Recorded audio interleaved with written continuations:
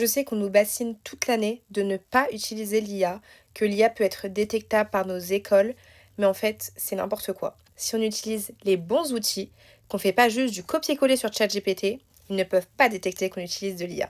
J'ai un ami par exemple qui utilise de l'IA et soi-disant du coup c'était détectable sur ses devoirs. Les 3 derniers devoirs qu'il a rendus, c'était le premier de la classe.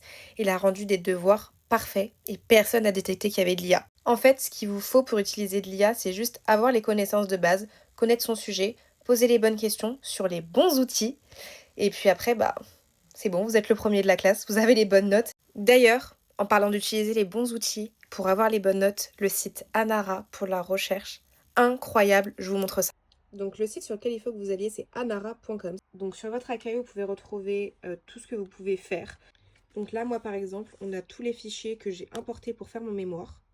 Je vais sélectionner du coup les fichiers dont j'ai besoin. Donc par exemple, je vais prendre ces trois-là que j'ajoute en bas à un dossier. Là, par exemple, j'ai mon fichier. Si je veux sélectionner dans mon dossier, je peux tous les avoir à côté. J'ai un salon de discussion juste là. Là, je lui pose une question et du coup, il va me faire une réponse bien détaillée.